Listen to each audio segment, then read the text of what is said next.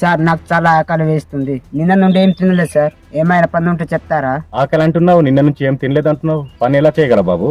పని చేయకుండా అన్నం అడగడానికి నా మనసు ఒప్పుకోవడం లేదు సార్. నేను నీతో తర్వాత మాట్లాడతాను, ముందు ఈ అన్నం తిను బాబు.